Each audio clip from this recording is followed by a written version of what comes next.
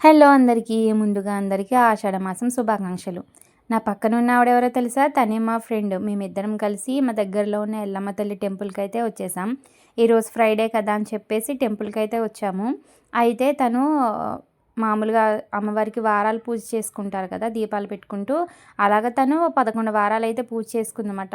ఇది 11వ వారం. అందుకని 11వ వారం దీపాలు వెలిగిద్దాము, అందరికీ తాంబూలమై ఇచ్చుకుందాము, అమ్మవారికి కూడా వడిబియ్యం పోద్దామని చెప్పేసి నన్ను కూడా తీసుకొనొచ్చింది. మేమిద్దరం కలిసి టెంపుల్‌కైతే వచ్చేసాం. తను చూస్తున్నారా? తనైతే దీపాల కోసం అన్నీ రెడీ చేసుకుంటుంది. ఈరోజు ఫ్రైడే కదా! అందులోనే ఆషాఢ మాసం అయ్యే అందుకని జనాలు చూసారా ఎంతమంది అసలు ఈ దీపాలు ఎలా పెట్టుకుంటారో తెలుసా? వీటిని నిమ్మకాయ దీపాలు అంటారు కదా! అవి ఫస్ట్ ఒక ప్లేట్ తీసుకుని అష్టదళ పద్మ ముగ్గు ఉంటుంది కదా! అది వేసేసి 11 నిమ్మకాయలు 11 దీపాలు కదా! అందుకోసం అనేసి తను 6 నిమ్మకాయలను అయితే కట్ చేసింది. ఎందుకంటే ఒక్కొక్క నిమ్మకాయకి 2 చెక్కలు వస్తాయి కాబట్టి మనకి 6 నిమ్మకాయలు కట్ చేస్తే హాఫ్ మిగులుతుంది. 11 దీపాలు అయితే వచ్చేస్తాయి. ఒక హాఫ్ మాత్రం ముందుగా పసుపు గణపతి చేసుకుని పెట్టుకుంది కదా! అక్కడైతే హాఫ్ నిమ్మకాయ ముక్కకి పసుపు కుంకుమ అద్దేసి వినాయకుడి దగ్గర అయితే పెట్టేసింది. మిగిలిన నిమ్మకాయ చెక్కలన్నింటినీ ఇలా ప్రమిదల్లా చేసి వాటికైతే బొట్లు పెట్టుకుంటూ వాటినైతే ఆ ప్లేట్లోనే పెట్టేసింది. ముందుగా వినాయకుడికి నమస్కారం చేసుకుంది. ఆయనకైతే బెల్లం అయితే నైవేద్యంగా సమర్పించింది. తర్వాత దీపాలన్నిటిని రెడీ చేసుకుని పెట్టుకుంది. దీపాల్లో పెట్టడానికి అనేసి మనకి రెడీమేడ్గా నెయ్యితో పాటు ఒత్తులు వేసి వస్తాయి కదా! అవి మనకి షాపుల్లో దొరుకుతూ ఉంటాయి. అవి తీసుకుని వచ్చింది. అవన్నిటిని కూడా ఒక్కొక్క ప్రమిదల్లో ఒక్కొక్కటిగా పెట్టేసింది. వాటికే ఒత్తు వస్తుంది. మనం స్పెషల్గా ఒత్తు వేసుకోవాల్సిన అవసరం లేదు. నేతిలోనే ఒత్తు ఉంటుందన్నమాట. మనం అలా పెట్టేసుకుని డైరెక్ట్గా వెలిగించేసుకోవచ్చు వాటిని. అవైతే తీసుకుని తెచ్చుకుని ఒక్కొక్కటి పెట్టేస్తుంది అన్నమాట. తర్వాత ఆ ప్రమిదల్లోనే కొంచెం కొంచెం ఆయిల్ వేసుకుంటూ దీపాలను అయితే రెడీ చేసుకుని పెట్టుకుంది. దీపాలలో ఆయిల్ వేసుకున్న తర్వాత మన దగ్గర కర్పూరం ఉంటుంది కదా! కర్పూరం అయితే ప్రతి ఒత్తికి అయితే పెట్టింది.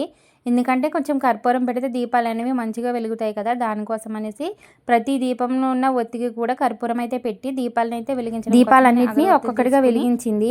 అయితే ఇక్కడ విపరీతమైన గాలి వస్తుంది 2 వైపుల నుంచి కూడా. కొంచెం దీపాలు వెలిగేటప్పటికి కొంచెం టైమే పట్టింది. ఎందుకంటే గాలి అయితే అసలు మామూలుగా లేదు. అందరూ కూడా ఆ గాలి కోసమే అనుకుంటూ ఉన్నారు బాగా గాలి వస్తుంది అనేసి.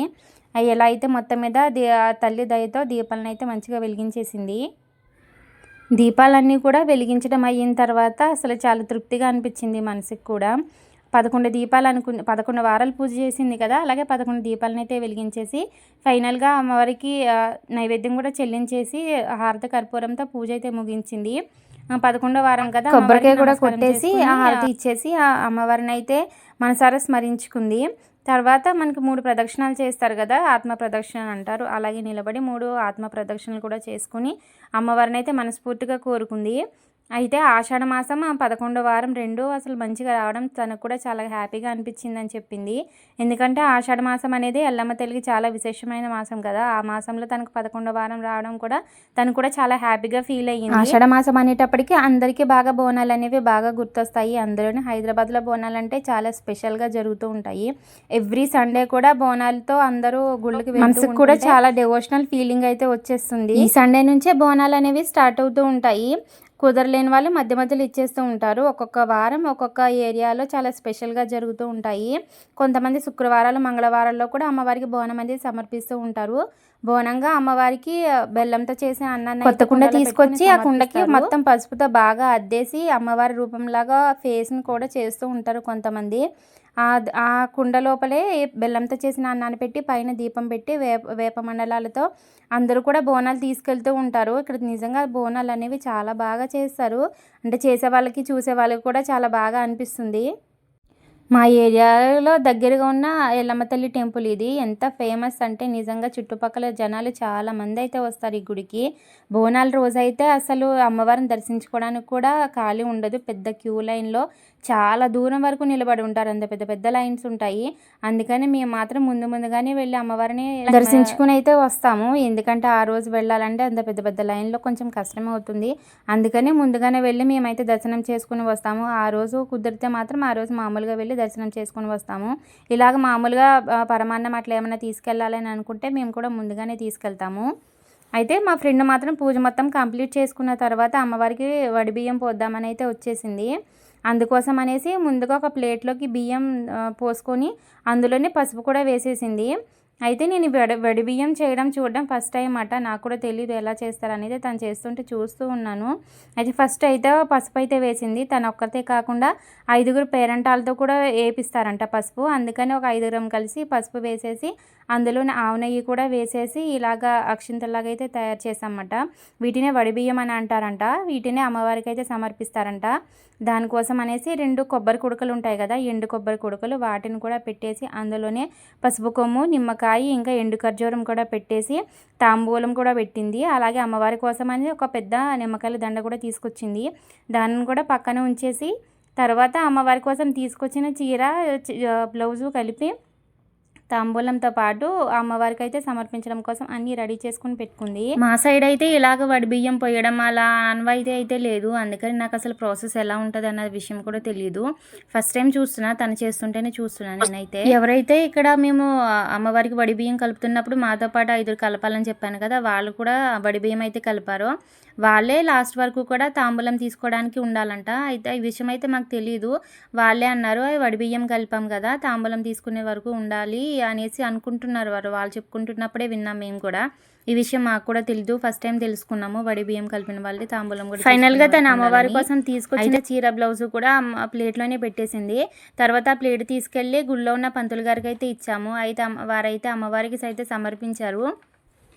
ఈ వడి బియ్యం తీసుకెళ్ళి గుళ్ళో ఉన్న పంతులు గారికి ఇచ్చిన తర్వాత ఆయన అయితే చెప్పారు, వేరే పళ్ళెంలోకి అయితే మార్చి ఒక 5గురు ముత్తైదువుల చేత మళ్ళా 3 గుప్పుళ్ళు వడి బియ్యం అయితే మళ్ళీ వేరే ప్లేట్లోకి అయితే వేయమని చెప్పారు. ఫస్ట్ తను వేసిన తర్వాత మేము కూడా ఒక్కొక్కరిగా 5గురం కలిసి అమ్మవారికి అయితే నమస్కారం చేసుకుని పంతులు గారు రెడీ చేసి ఇచ్చిన ప్లేట్లోకి అయితే వడి బియ్యం అయితే వేసాము. మొత్తం 5గురం కలిసి వడి బియ్యం అయితే అమ్మవారికి ఈ విధంగా వేసి ఉంచాము. నేను ఇలా వేయడం అయితే ఫస్ట్ టైము. ఫస్ట్ పసుపు కుంకుమ వేసిన తర్వాత ప్లేట్లో ఉన్న వడి బియ్యం అయితే 3 గుప్పులు చొప్పున 3 గుప్పులు బ్లౌజ్ పీస్లు అయితే వేసాము. ఇలా ప్లేట్లోకి వేసిన తర్వాత వీటినే పంతులు గారికి అందిస్తే ఆయన అయితే తీసుకెళ్ళి ఎల్లమ్మ తల్లి దగ్గర అయితే పెట్టారు. ఈ వడి బియ్యం అమ్మవారికి సమర్పించిన తర్వాత తను తీసుకొచ్చిన నైవేద్యాలను కూడా పంతులు గారికి అయితే అందించింది. ఆయన అయితే తీసుకెళ్ళి అమ్మవారికి నైవేద్యం అయితే చెల్లించేసి వడి బియ్యం, చీర, జాకెట్ అన్నీ కూడా అమ్మవారికి సమర్పించి ప్రసాదం అయితే అయిపోయిన తర్వాత ఇంకా ఫైనల్గా తాంబూలం ఇచ్చేద్దామని చెప్పేసి ప్లేట్లు అయితే రెడీ చేసుకుని పెట్టుకుంది. 5గురికి తాంబూలం ఇద్దామనుకుని ఆకు ఒక్క అన్ని పళ్ళతో పాటు తను తీసుకొచ్చిన నైవేద్యాలను కూడా, అంటే అమ్మవారికి సమర్పించిన తర్వాత పంతులు గారు తిరిగి ఇచ్చిన నైవేద్యాలను కూడా ప్లేట్లు అయితే పెట్టేశాము. అన్నిటినీ రెడీ చేసుకుని పెట్టుకున్న తర్వాత 5గురు పేరంటాలు, అంటే ఆల్రెడీ అమ్మవారికి వడి బియ్యం కలుపుతున్నప్పుడు ఉన్నారు కదా ముత్తైదులు, వాళ్ళకి పిలిచేసి ఈ తాంబూలాన్ని అయితే అందించాము. సేమ్ మనం నార్మల్గా వరలక్ష్మి వ్రతానికి చేస్తూ ఉంటాం కదా, అదేవిధంగా ఫస్ట్గా కాళ్ళకి పసుపు రాసేసింది అందరికీ. తర్వాత అందరికీ గంధం అయితే ఇచ్చేసింది. తర్వాత పసుపు బొట్టు అయితే పెట్టేసి ఫైనల్గా అందరికీ తాంబూలం అయితే ఇచ్చేసింది. ఒక్కొక్కరిగా ఒకరి తర్వాత ఒకరికి అందరికీ కూడా తాంబూలం అయితే అందించేసింది.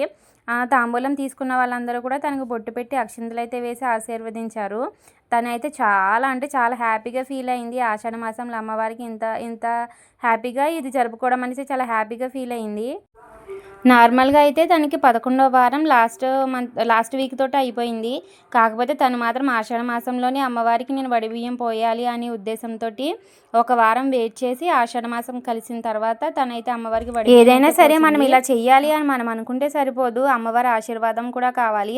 తన తరపు నుంచి వడి బియ్యం అమ్మవారు ఆషాఢ మాసంలోనే తీసుకోవాలని అనుకున్నారు. అందుకే తన మనసుకు అలా అనిపించి తను ఒక వారం వెయిట్ చేసి ఆషాఢ మాసంలోనే అమ్మవారికి అయితే ఇదంతా ఏదేమైనా సరే తన 11 వారాల పూజ మాత్రం చాలా సక్సెస్ఫుల్గా కంప్లీట్ అయిపోయింది. తను ఎంత హ్యాపీగా ఉందో తన మొహం చూస్తేనే తెలిసిపోతుంది.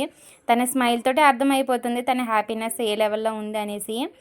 ఫైనల్గా అయితే కంప్లీట్ అయిన తర్వాత జనాలు కొంచెం తగ్గిన తర్వాత మేమైతే ప్రశాంతంగా కూర్చొని ఎల్లమ్మ తల్లికి అయితే దర్శనం చేసుకున్నాము.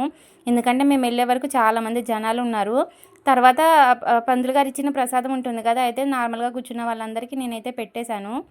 పూజ మొత్తం కంప్లీట్ చేసుకున్న తర్వాత ఒక 5 నిమిషాలు మేము అలానే కూర్చుని కొన్ని వీడియో అయితే తీసుకుని ఇంకా ఇంటికైతే బయలుదేరాము. అప్పటికే దిస్ ఈస్ ద వీడియో నచ్చితే లైక్ చేసి షేర్ చేయండి. Do subscribe for more videos.